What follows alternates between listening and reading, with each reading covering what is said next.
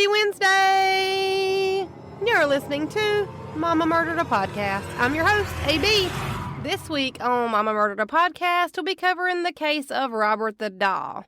Because I promised you all last week that we would not talk about any murdered kids this week, so we're not. Instead, let's get into one of our first haunted inanimate objects. Is Robert the Doll just a doll with supernatural powers? Is he a cursed object from way back when? Or could he be an exaggerated figment of everyone around him's imagination? There's only one way to find out. So we're all here for one thing and one thing only. Let's get it. First, before we get into this case, I want to sincerely apologize for the way that my voice sounds. I'm pretty sure I'm getting sick. Secondly, since this is a kind of haunted object story, the way that the doll was gifted to its original owner has a few different variations. So I'm going to tell you both ways that it's claimed that he got the doll. But even with the different variations of how Robert the Doll came to be, the fact remains the same that the doll was given to a little boy named Robert Eugene Otto, and he was gifted the doll when he was about 4 years old in 1904. So first, let's get into who the doll was gifted to. The original owner of Robert the Doll was, like I mentioned, a boy named Robert Eugene Otto, who was better known by the name Gene, which was short for his middle name, Eugene, which is something that I will get into a little later on. Gene was born on October 25th in 1900 in Key West, Florida. Gene was the youngest of his parents, Minnie and Thomas Otto's 4 kids. Little Gene Otto came from a pretty prominent family in Key West, Florida, where he was raised and grew up. His family was not only well known, but highly respected among the people in their community. And Gene was also said to be a pretty eccentric and quirky person, even as a really young kid. And in both of the ways that it's believed that Gene was originally gifted the doll was a gift in both series of events, whichever one you believe. The mystery has always been who gave Gene the doll. So in the first version of events of how Gene came to get this doll, it was believed that his grandpa gave it to him as a birthday gift. That Gene's grandpa went on a trip to Germany, and his grandpa visited the Steiff Toy Manufacturing Company, which is the same company that's responsible for making the first teddy bears, which were actually made as a way to honor President Teddy Roosevelt. And after the first ones were made, teddy bears just kind of blew up, and they're still one of the most popular toys for young kids today. Atlas Obscura reports that Robert the Doll was likely not a doll that would have normally been for sale to the public. That instead, Robert the Doll was probably supposed to be like a window front display to draw customers into the store. Possibly like a mannequin, which would explain why he doesn't have very detailed facial features. Most mannequins don't have many facial features, and neither does Robert. In this theory of how the doll came to be one of the most haunted objects in the world, it's believed that the doll wasn't originally supposed to be for sale, but that Gene's grandpa knew that his son would just love this life-size doll. So he was able to convince the toy company to sell it to him. People with money, am I right? It's even believed in this version of how Robert the Doll came to be that since the doll was supposed to be used as a storefront window display, that the doll's face was probably either at one time painted to look like a clown or jester, or it was supposed to be painted to look like a clown or jester. But either way, by the time that Gene got Robert the Doll, he was expressionless, and the painting had either faded from the doll's face completely, or the doll's face had never gotten the chance to be painted before Gene's grandpa bought him. And the Steiff company, where Robert the Doll originated from in this version of events, they believe that the sailor suit that Robert the Doll is so infamously known for wearing was probably not something that Robert the Doll came with, but that it was probably more likely to be an old outfit of Gene Otto's that was later put on Robert the Doll. But like I've said over and over and over, this is only one version of how Robert the Doll came to be owned by Gene Otto. The next version is more commonly believed by Key West locals, and it goes a little something like this. Gene's parents were wealthy, and they had a slew of staff members that worked for them on and around the grounds of their massive mansion, which was true in the first version of events also. But it said that Gene's parents were not very good to their staff members, and at one point the Otto's entire staff was supposedly taken from them because of how badly they mistreated their house staff. And that when they were taken to be resold to other families, because we're still in a time where we sell people to other people, that family and friends of the Ottos went to the auction to buy back all of the same house staff, aka slaves, to bring them back to the Otto family house so that they could continue working in and around the mansion for them. So this is already a twisted way of living, but let's keep going. So in this version of how Robert the Doll came to be, it's believed that one of the women that worked on the Otto's house staff that had always been really poorly mistreated by the Otto family gifted Gene the life-size doll. But that before she gave the doll to him as a parting gift, she put some kind of bohemian voodoo spell on the doll and it cursed him forever. So this particular house staff was supposedly known for practicing bohemian voodoo, and she cursed the doll in order to get revenge on the Otto family for the way that she had been treated by them as part of their house staff. And normally I would be like, oh no, don't put a curse on a little boy's doll. But you gotta think, if this series of events is true, this family had their slaves taken from them because they were that poorly mistreated. Think about that. They had to be that poorly mistreated to be taken. I didn't know that was a thing, so it had to be bad. They were taken, put up for auction because, well, that's what happened in the 1900s. Put up for auction to be bought back by the same family's friends and family to take them back to the same house where they had been being mistreated and taken from. I think if I knew how to do voodoo, I'd be putting a spell on them too. Okay, back to Robert the Doll, though. So those are the two shortened and summed up versions of how Gene Otto came to be the owner of Robert the Doll. But in any event, some parts of those two stories remain the same. Like the fact that no matter which story you believe is true, that Robert the Doll is a one-of-a-kind doll. There is not another one anywhere else in the world like him. It's also true that he stands at 40 inches tall, which is about 3 foot 4 inches, making him about the same size that Gene would have been at 4 years old when he was gifted the doll. So could you imagine being 4 and getting a literal life-size doll? That would be pretty cool as a 4-year-old, but as a mom, I'd be pissed. Usually when your kids really like something, they want to take it everywhere. No, sir, we're not taking a 3 foot 4 inch doll with us to Food Line. Put it down.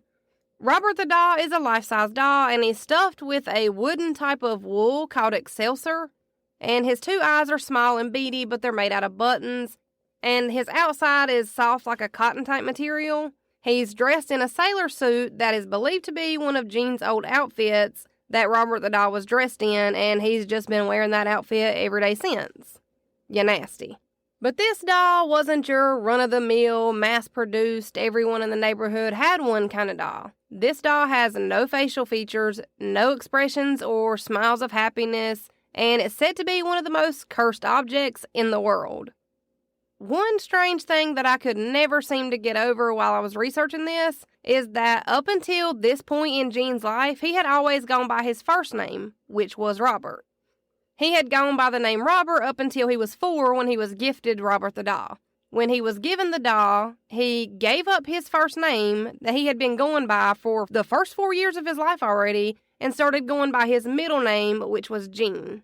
When people in the community and even his parents asked why he didn't want to be called Robert anymore, why he would want to be called Gene now, Gene always told people the same thing, because Robert said so. And that was the only explanation he ever gave, even into adulthood. But right after Gene got Robert, he did what most typical 4-year-olds do when they love something. He became completely inseparable from Robert. But Gene also became oddly attached to this doll. In the same way that some kids are attached to their blankets or favorite stuffed animals, Gene took Robert the doll everywhere with him, and he spoke about Robert in the first person as if he were talking about a real human. Gene insisted that Robert the doll be treated just like any other member of their family, which I feel like this is a pretty normal 4-year-old thing to do. Like, they want their favorite toy to have a seat at the dinner table and a plate of food to be set down in front of them. But once you start getting into the changing the names because the doll said so, that's where I think I'd be a little bit concerned. Gene had even gone so far as to make Robert the doll his own room in the attic of their house. This is where Robert was supposed to hang out when he wasn't allowed to go somewhere with Gene or when Robert was left home alone. Gene had even gone so far as to furnish the attic specifically for Robert the doll. But Gene also liked to hang out in this room in the attic that he had made just for him and Robert. And it's in this attic that Gene's parents would oftentimes hear giggling, laughter, and even footsteps. Jean's parents did start to notice, though, that a lot of the times when they would hear these things coming from the attic, it would be long after Jean had been asleep in bed, and there was no one else in the attic at all.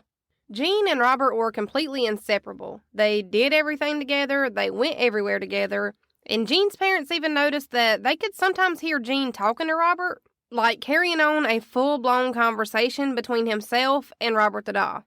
Jean's parents were happy that Robert loved the doll as much as he did, and everything seemed pretty normal as far as a 4-year-old and his favorite toy goes. That was until Jean's parents started hearing what seemed like a grown man's voice talking back and responding to Jean when he talked to the doll. The male voice that they heard talking and answering their son's questions was a scratchy, low, deep male voice, and this voice wasn't a pitch or tone that a kid Jean's age would be able to make or even impersonate. Almost like Jean was talking to someone that no one else could see. But with all of these odd things that were taking place, this didn't seem like it was just a normal relationship between a boy and his imaginary friend, or even a boy and his favorite toy. Jean started blaming Robert for anything that he got in trouble for, and anything that ever happened in the Otto house, it was never Jean's fault. When his parents would ask about broken toys or things in the house that had mysteriously vanished or gone missing or been destroyed, and even items that had been moved from one place to another, Jean's parents were always met with the same old response. Robert did it. Or, it wasn't me, it was Robert. Robert had turned into kind of a scapegoat for Jean to get away with anything naughty that he wasn't supposed to be doing. And at first, I think Jean's parents probably thought this was cute, maybe normal for their kid to blame their toys or their imaginary friend for something that they had done and were being scolded or punished for. And this behavior didn't stop when Jean was 6 or 7 or even 12 or 18. This behavior with Robert the doll went on for years, even up until Jean was an elderly man. And it wasn't until Jean was about 10 years old that his parents woke up and all they could hear was Jean in his bedroom screaming. When Jean's mom got to the bedroom door, she could hear huge pieces of what sounded like furniture being overturned and thrown across the room. She tried multiple times to use her body weight to shove the door open, but that didn't seem to have any effect on whatever was holding the door shut. When Jean's mom finally got into the bedroom to check on him, Robert the doll was propped up sitting on the end of Jean's bed, seemingly just staring at Jean. And she looked over to see her son Jean curled up in a ball, rocking his body back and forth and crying. There were huge pieces of furniture that there's just no way that a kid Jean's size or age would have been able to move on his own. And those same pieces of furniture had been thrown into the walls, flipped over on their sides, and clothes and toys were strewn out everywhere throughout Jean's room. And when asked what happened, they got the same answer that they had always gotten. I didn't do it. Robert did it. But in this instance, they kind of knew that Jean couldn't have even so much as moved some of those pieces of furniture across the floor. They were way too heavy. This was the 1900s. Stuff was made out of real wood. So they knew, of course he couldn't even move them across the floor. There's no way he could pick them up and throw them. So what if Robert really did do it? And it seemed like the older Jean got, the worse the noises, broken things, and the blame got. Things continued like this until Jean finally left his parents' home and headed off to college in Chicago to study art. Jean didn't take Robert with him to college, though. Robert was left behind at Jean's parents' house, and Robert was placed in a crate or box type of deal that was sitting in the family's attic, and it had been forgotten about for quite a few years. Jean was in Paris studying fine arts, and that's where he met his soon-to-be wife, Ann Parker. Ann also came from a very prominent and wealthy family back in Boston and just so happened to be in Europe performing a concert as a pianist when she and Jean met. Jean and Ann did eventually marry, and the couple moved to New York. Jean did his art thing, and Ann worked at the Rainbow Room as a performer. They were both basically living their best lives together. That was until 1945 when Jean's mom, Minnie, passed away. Once Jean's mom passed away, Ann and Jean packed up and headed back to Jean's childhood home in Key West, where Robert had been patiently waiting for Jean to finally return to him. And at this point, Jean's childhood home was known locally as the Artist House, and if I'm not mistaken, that's still what it's called today. Key West locals couldn't seem to get enough of Jean and Ann. Both tourists and locals alike would visit the house just to see Jean's art plastered all over the walls, and apparently Ann was just the kind of person you wanted to be around in general in life. They loved watching Ann play the piano, and most everyone that visited the house thought that Jean was both artistic and eccentric, just to put it mildly. And for this reason, there always seemed to be people at their house, and Anne was well known for her recipe of key lime pie. People would visit the house just for a piece of her pie. And it wasn't until Jean and Anne moved into Jean's childhood home that Jean decided that the attic would be the perfect space for an art studio to be set up. But when Jean got to the attic to clear the clutter and put together his studio, he finds Robert still sitting in the attic, where he had been all of those years. And as quickly as he found Robert again, the two became completely inseparable again, like they had never missed a beat. Even though now Jean was a grown-ass man with a whole-ass wife. His relationship with Robert was like it never skipped a beat. Robert either slept at the foot of their bed or in a chair beside their bed, and even sometimes in the couple's bed. That is creepy. Jean still carried Robert around everywhere with him, and when Jean wasn't carrying around Robert with him, Robert was sitting in a chair overlooking the neighborhood while Jean painted. Bypassers of the house and neighbors around the house started to notice that they could not only see the doll when they looked towards that particular window, but that sometimes Robert was moving. Some people claimed that Robert's head would follow them from side to side as they walked by, and others said that Robert would literally get up out of his seat and move to another seat in a completely different window. This doll was moving on his freaking own. And, people said that Robert would move from one window to the next, but people also claimed that Robert's facial expressions would change. And Jean's wife, Anne, was not a fan of Robert. She thought that the infatuation that Jean had with the doll was strange, at the very least. Their relationship had gotten so intense that Jean insisted that Anne set Robert a place at the dinner table, and he even went so far as to have Anne serve Robert his plate first before either one of them ate, because Robert was, quote-unquote, the man of the house. Let me say it again. This is a whole-ass grown man who is insisting that his wife serve his doll dinner before either one of the two humans actually get to eat. And then even going so far as to call him the man of the house. I'm sorry, sir. I'm gonna need a divorce, please. Anne started feeling like Robert the doll was causing a divide in their marriage. Yeah, I could see that. You have a doll that gets to eat dinner before you do after you slaved over the hot stove probably all day to cook dinner because, again, it's early 1900s. Then your husband, who's grown, is carrying around a doll and, toting him around town to the grocery store and the post office. I would think that would start to cause a divide in a marriage. But Jean eventually started changing. He became hateful and even physically abusive towards Anne. But just like when he was a kid, when someone would ask him about the abuse or confront him on the subject, he would use that same played-out line and say, "I didn't do it, Robert did it." Come on now, are we really going to blame Robert on this? I don't think this was Robert. The couple were still relatively newly married, and Anne was pretty clear that she didn't want Robert the doll just hanging out in their house. She asked Jean if he could put Robert in the attic, probably in hopes that it would save their marriage, and to everyone's shock, Jean actually did put Robert in the attic. After Robert was moved to the attic, though, it's reported that he wasn't happy about this. People claimed that during this time that Robert was locked in the attic, that you could hear fast-paced walking footsteps coming from the attic when it was known that there was nobody else in the attic to be walking around. People also claimed to hear loud, evil laughter and giggling coming from the attic. Neighbors and neighborhood kids started coming to Jean's door and telling him that Robert was staring at them from the upstairs bedroom window where he normally would have been while Jean was painting. But Robert was supposed to be in the attic of the house, and Jean hadn't moved him out of the attic. When Jean would go to double check to make sure that Robert was still in the attic, he would have to go to the bedroom window where he would paint because, sure enough, Robert would just be chilling in the chair that he had always been placed in, looking out the window. And nowhere near the freaking attic where he was supposed to be to start with.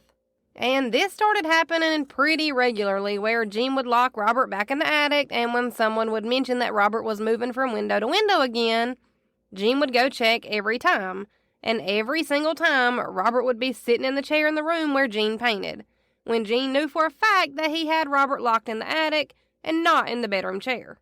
But nobody could quite figure out how Robert could get out of the attic, and things went on like this for years and years, and when Robert was still in the attic the entire time that Jean and Anne were married, Jean would spend the majority of his days in the attic just talking to Robert like he had done as a child. Jean passed away in 1974, and some people think that Jean's passing was suspicious. Because, of course, there are claims that when Jean's body was found in the attic, that Robert was sitting on top of Jean, but not just that Robert wasn't just sitting on Jean's chest when he was found, that Robert's hands were also reportedly wrapped around Jean's neck. But oddly enough, even after Jean's death, Anne still never got rid of Robert the doll. She kept him in the attic instead. Maybe she didn't want to get rid of something that meant so much to her husband, or maybe she had some kind of weird attachment to Robert after having to deal with and live with him for so many years. And it was only 2 years after Jean died that Anne would also pass away. Anne just kind of left Robert in the attic of Jean's childhood home. And it was unclear to me whether she sold the house or rented the house before she passed away. Because Anne did eventually move out of the house after Jean passed, and she moved to Paris, France. Like I said, though, she passed away just 2 years after her husband, Jean. But rumors spread like wildfire amongst Key West locals that Anne died from going crazy after so many years of living with Robert, the possessed doll. But how weird is it that before Anne passed away, when the house was either sold or rented, Anne wrote a clause into the agreement that the new occupants of the house had to agree to leave the attic as a reserved space for Robert the doll and his things. Also, who's agreeing to that? Like, you can live here or you can buy this house, but there's a doll in the attic that we're pretty sure is possessed, but you just kind of have to agree to let him live here forever. No, thank you. Pass. But eventually, I guess they found somebody that didn't think this was weird at all. And these new tenants had a 10-year-old daughter. And because this is how things normally work in these scary-ass stories, their 10-year-old daughter found Robert in the attic after the new family rented the house and moved in. Their daughter was super excited when she found the doll, but that excitement didn't last very long, though. It wasn't long after the 10-year-old girl found Robert that she told her parents that the doll wanted to hurt her and that he wasn't a good doll. It was shortly after this family moved in and the little girl found Robert that her parents started hearing those same pitter-patter footsteps and trotting around in the attic where Robert was being kept. The new family would go and check the noises to see where they were coming from, and it would always be the attic where they would find that Robert had moved from where they had left him, and he had been moved to a completely different spot in the attic without them even touching him. So this new family that's living in the house where Jean and Robert's relationship first started began to feel like their lives were in danger, and they soon moved out. And in 1974, a woman named Myrtle Reuter bought the house. Myrtle would actually end up keeping Robert up until she handed him over to a museum, and it's that same museum that you can go visit Robert at today. And she kind of became Robert's new caretaker. I found claims that were supposedly from people that had lived in the old auto home that I wanted to throw in here, because I couldn't find definitively which person it was or if it was the same person. But one of the people that lived inside the house with Robert the doll before he was handed over to the museum said that the entire time that they lived in the house as a kid, that the only thing they could remember about their time in the house was that Robert tried to kill them. The entire time they lived there, the only memory they ever had were experiences of Robert trying to hurt them. They could never tell anybody about any experiences that they had or any memories that they had throughout their entire time that they lived in the house with Robert the doll. Another one was that as a kid, one of these people that used to live in the house with Robert before he was given to the museum said that they woke up one night and it sounded like a kid laughing in the same room that they were sleeping in. But when they sat up on the bed to see what it was, the only thing they saw was Robert sitting at the foot of their bed holding a freaking knife. See, we don't do that. That's where I would have burned the doll, burned the house, probably burned everything. But those are just a few experiences that people supposedly had that lived in the house with Robert.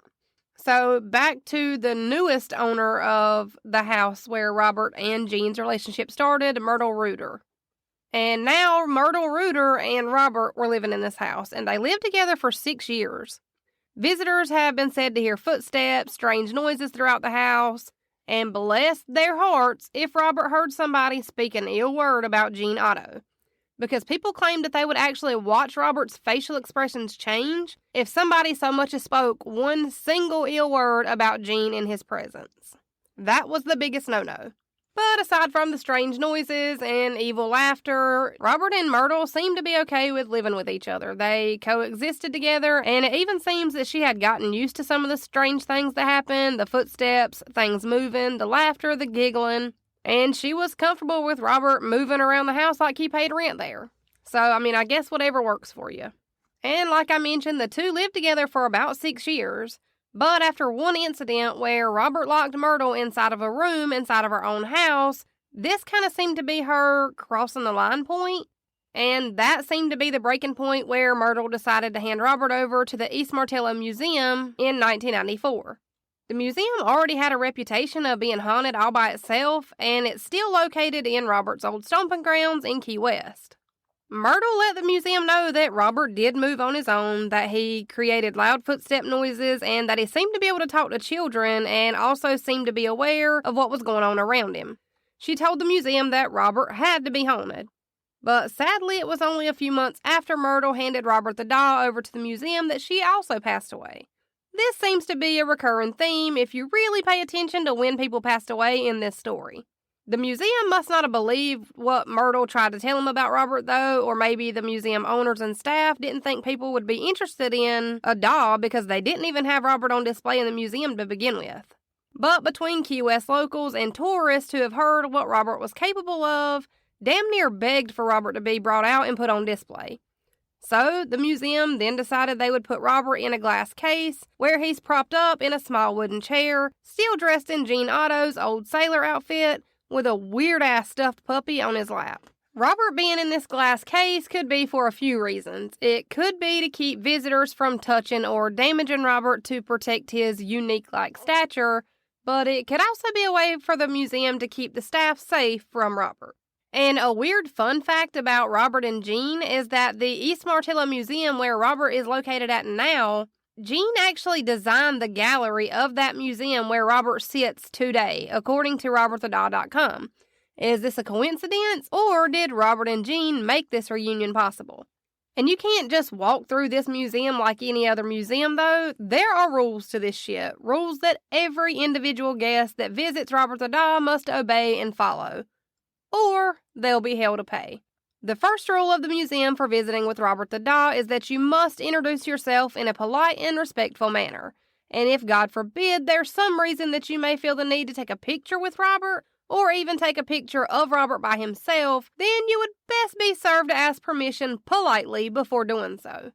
Robert's head will either supposedly tilt to one side if he agrees to let you take a picture, but there's another strange thing about this taking a picture thing that people who've actually been to the museum and visited with Robert say that it would be best for you to do. And this is also what the museum guides advise people to do.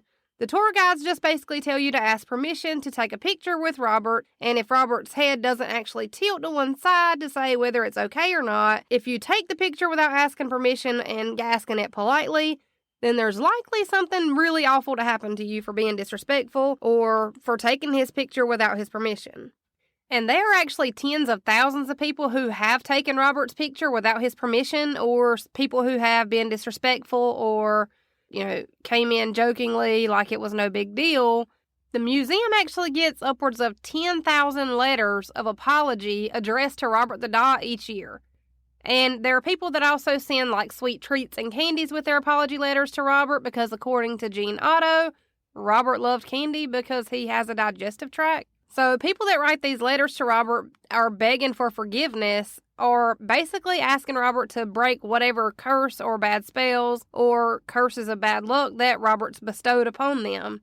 So what if all of those years in Gene's childhood he wasn't wrong? Maybe Robert was actually the man of the house the whole time, and people just thought Gene was exaggerating what he knew. Something that I've always wondered about this whole picture deal with Robert, because that's probably one of the biggest deals surrounding Robert as far as the museum goes, is taking his picture without asking permission and doing so politely, yada, yada, yada. What if the soul or the spirit or the entity that's attached to Robert is of one of the religions that believes that if you take your picture, it takes your soul from your body? I'm not very religious. I could be wrong about that, but I know there is a religion where they don't take pictures for a reason. Well, what if that's what the entity or spirit that's attached to Robert is? I've just always wondered that. I'm going to throw it out there and leave it at that. And according to Ghost in Key West, David Sloan, he says that he was there taking promotional pictures for Key West, like the kind of flyers that you might get in the mail that try to talk you into coming to Key West for vacation. So he's at the museum, he's taking these promotional pictures, and he thought that it would be a good idea to take a picture of Robert without the little sailor hat on. But when he went to take the sailor hat off, he could feel Robert's facial expression changing. And David Sloan said, quote, "You could feel it. It went from a simple-looking doll to where, boom, you could see the life come into it. You could see the life come into his eyes, and he did not want me touching his hat. I moved the hat to try to take the picture, and the camera would not work. Snap, snap, it's doing nothing. I sat the camera down, put the hat back on his head, and swoosh, swoosh, swoosh. The camera went off 4 times. David Sloan isn't the only one that's experienced electronics malfunctioning when Robert doesn't want someone taking a picture of him. This happens to so many people and even other filmmakers and crews that have tried to capture Robert without his permission. It's actually a pretty normal thing that happens to visitors at this museum. So let's go over some of the stuff that visitors say has happened to them as soon as they left the museum after either taking a picture of Robert without asking permission or being disrespectful to Robert. There is one man who claims to have taken an entire camera film roll of a lot of the different objects at the museum. But when this man got home, every single picture that was printed was solely of Robert. Some people even attribute the deaths of their family members or friends who have visited with Robert the doll to being disrespectful to Robert. So this doll is being blamed for literal deaths of people who have visited him or disrespected him.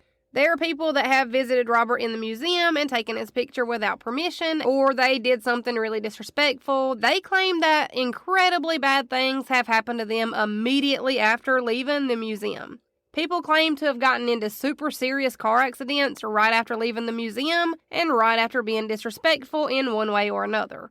There are other people that have claimed to have been evicted from their homes right after getting back from vacation with no warning before they ever left to go on vacation, and of course they attribute this to being disrespectful in some way to Robert. People have claimed to have gotten divorced out of absolutely nowhere after visiting with Robert at the museum, but most everyone agrees on one thing, that all of these bad things happen after taking pictures of Robert without his permission, or that they did something or said something that was super disrespectful while they were there visiting with Robert at the museum.